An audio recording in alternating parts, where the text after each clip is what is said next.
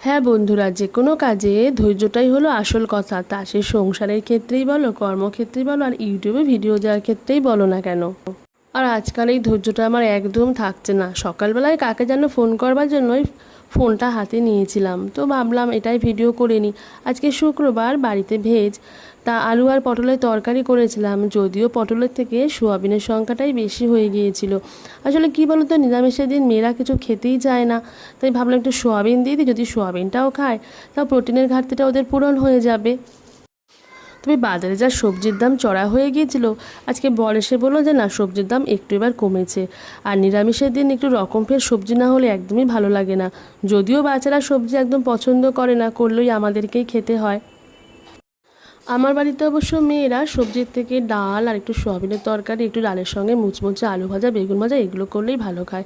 তো বলো তো বন্ধুরা, তোমাদের বাড়িতে নিরামিষ হলে কোনটা বেশি প্রেফার করে বাচ্চারা?